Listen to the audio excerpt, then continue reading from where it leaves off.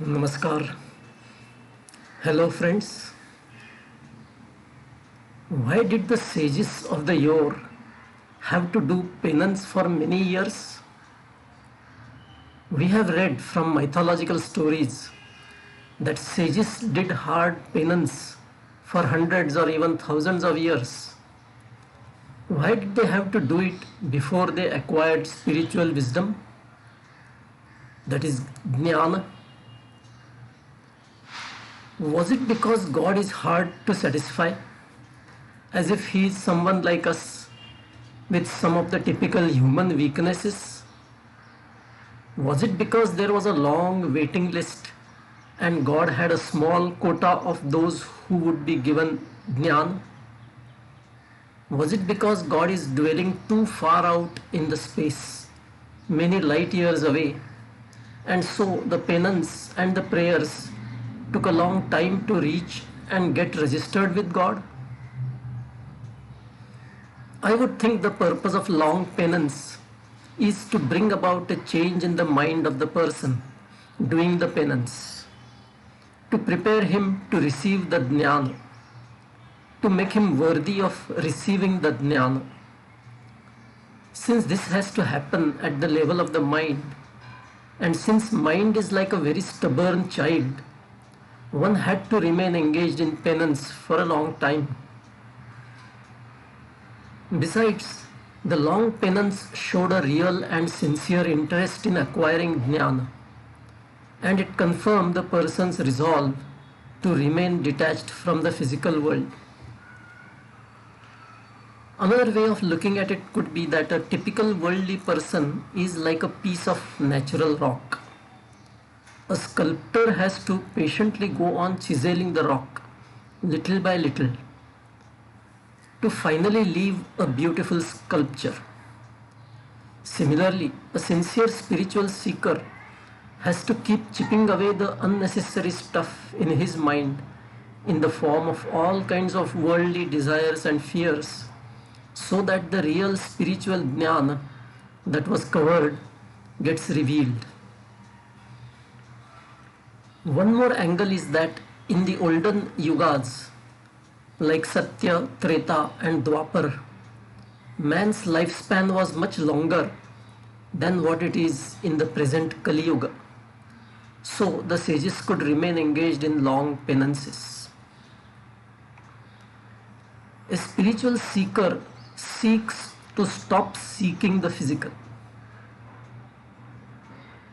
What should a spiritual seeker be seeking? Should he be seeking moksha, that is liberation? Liberation from what?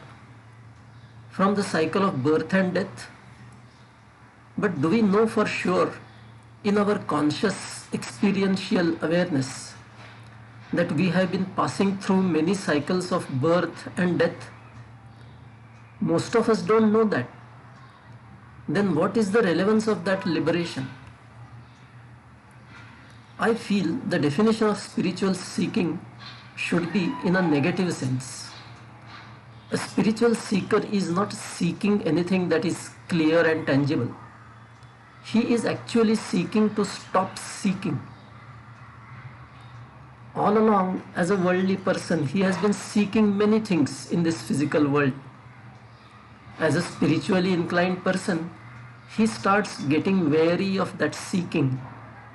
He starts to see the pointlessness of that seeking. He therefore seeks to stop that seeking. That itself is the mission of the spiritually inclined person. Getting something or getting away from something. What is the objective of spiritual seeking? Is it to get something? I personally believe not. The reason is that spiritual objectives are by definition intangible, unseen by us, and are not demonstrable to us either. Be it moksha, merging with the absolute, self-realization, etc.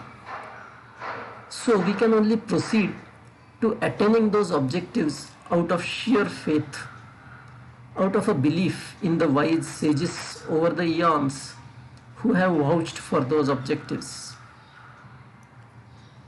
Instead, I feel it is easier to understand spiritual seeking as seeking to get away from the physical world.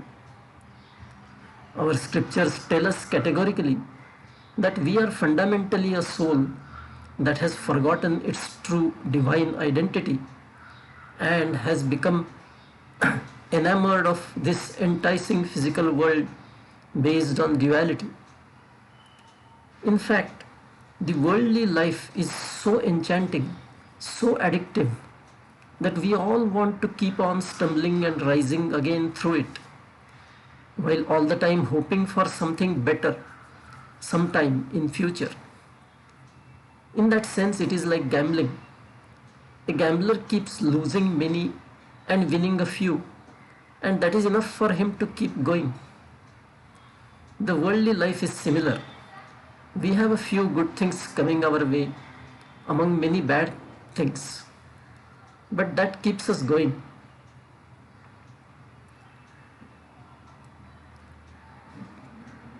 So, a true spiritual seeker should try to get away from this enticing world. It is only when the seeker loses interest in this world completely that she will rediscover her real identity as a pure soul. It is like peeling off the layers of worldly conditioning that have formed on our soul. Once all the peels are off, the soul will come forth. Now, I may admit that the actual practice of peeling off may be different for different people. For example, some may follow karma marga, that is doing worldly duties without expecting their fruit. Others may follow bhakti marga, that is devotion to the concept of a personal God. A few rare ones may take to jnana marga, which consists of meditation and contemplation on what is before and after this physical world.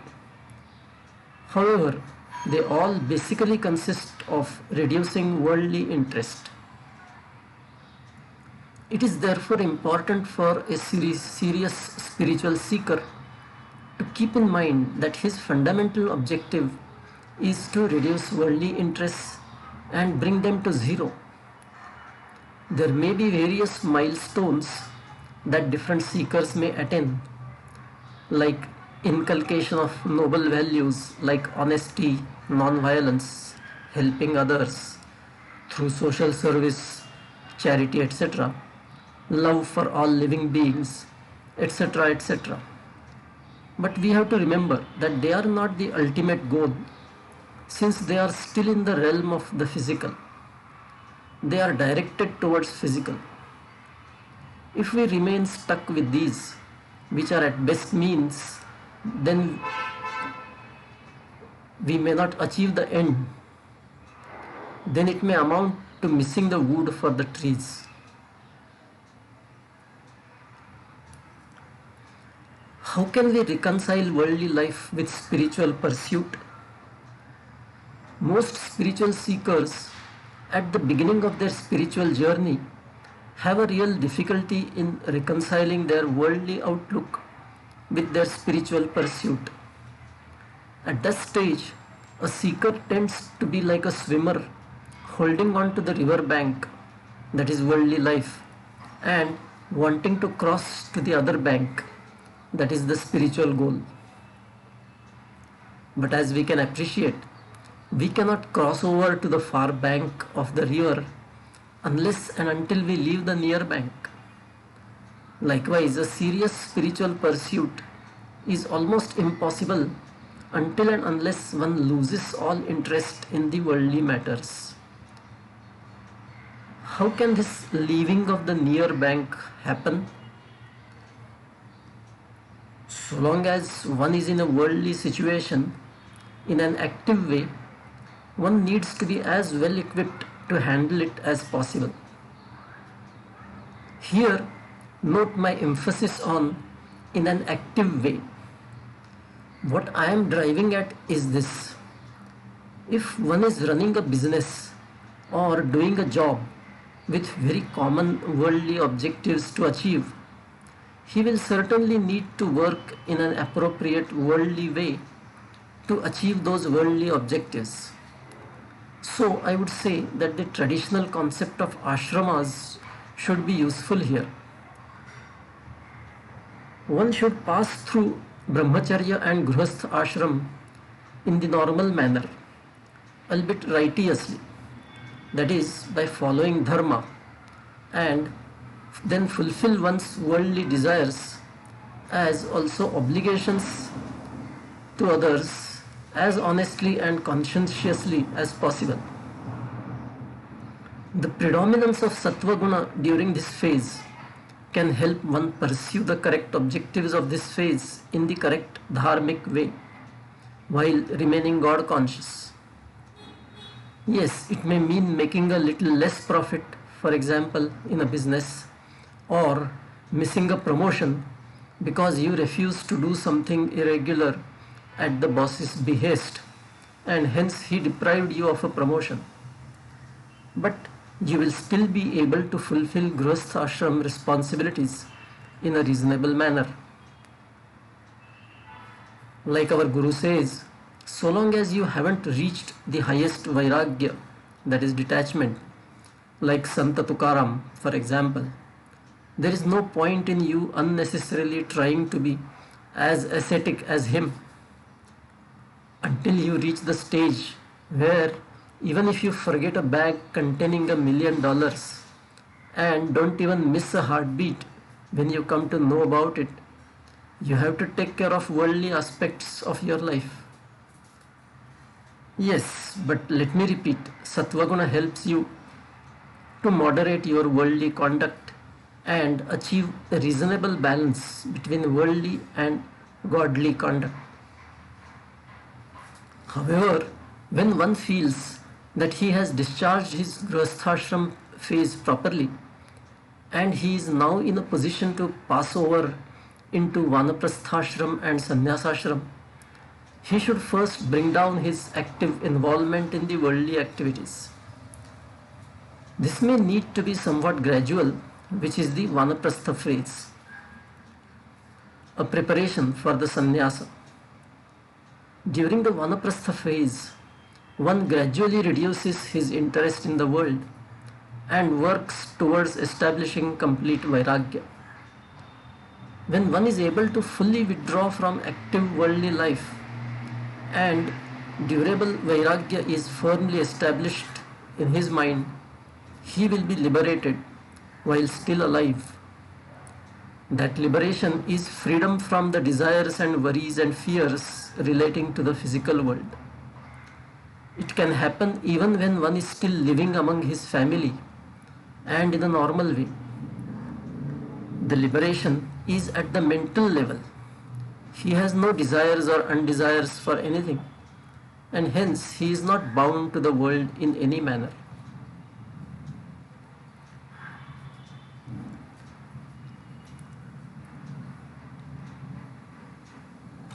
Right or wrong, be answerable to your own conscience. Some people believe that what is right must always be right, and that it cannot be decided by every individual depending on his situation according to his conscience.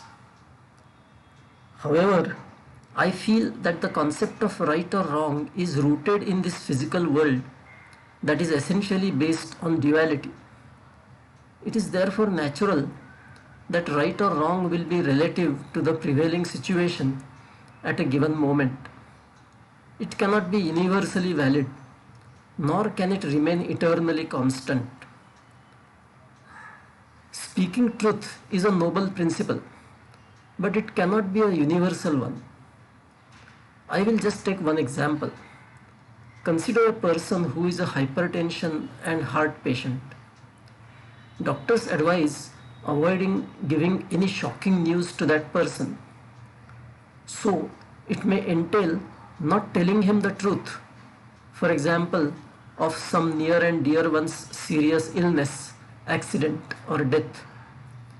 And in such a situation, not telling the truth is perfectly right. Many rules of right or wrong have changed over time. For example, in the olden times, like in Mahabharata era, there were rules for war. The daily battles used to start at a fixed time in the morning and end at sunset. It used to be wrong to transgress this rule.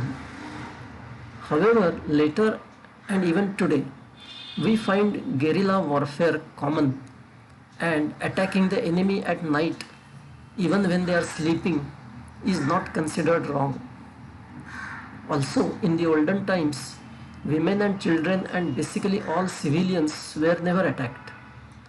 Wars used to be fought in separately designated battlefields. But later, bombing civilian facilities in wartime became quite common. One may say that one must always follow traffic rules. But what happens when you find that all other vehicles going in the direction you want to go are jumping the red signal? Can you afford to stop in the midst of the other vehicles that are trying to push ahead past you? Even if you adamantly do so, you will find yourself stranded for too long, because for all you know, when you get a green signal, the vehicles crossing your direction may be jumping their red signal. Non-violence is noble principle, but it is not always right. For example, non-violence extended to become a vegetarian is fine, but not killing even household pests like cockroaches and mosquitoes may not be right. Murdering someone is not right, but killing many in a war is right. In fact, heroic. Mahabharata itself has many instances where Shri Krishna broke the prevailing rules because the situation so demanded. For example, he made Arjuna shoot an arrow at Karna when he was not in his chariot and was trying to lift the wheel of the chariot that was stuck in the ground. Or the famous Narova Kunjarova trick at the behest of Krishna, or covering the sun temporarily with his Sudarshan Chakra and tricking the Kauravas into believing it was sunset, thus making them lay down weapons, and then again bringing the sun out by removing his chakra and asking Arjuna to quickly kill Jayadrath to avenge his son Abhimanyu's death at his hands. From these instances, it is my view that when you are in worldly ways, everything, including the concepts of right and wrong, is relative to your own situation at a given point in time. After all, to cut glass, you need something like diamond that is harder than it. Similarly, to get rid of evil, you may have to adopt ungentlemanly ways that may not be right in normal situations. If one is spiritually awakened, one should use some flexibility in defining right and wrong, not in pure self-interest, but rather in the interest of someone else or in the wider interest of the society, and be answerable to one's conscience. Lord Krishna flouting the prevailing rules of right or wrong falls in this latter category. I will stop here today and see you the next time. Until then, bye. Take care.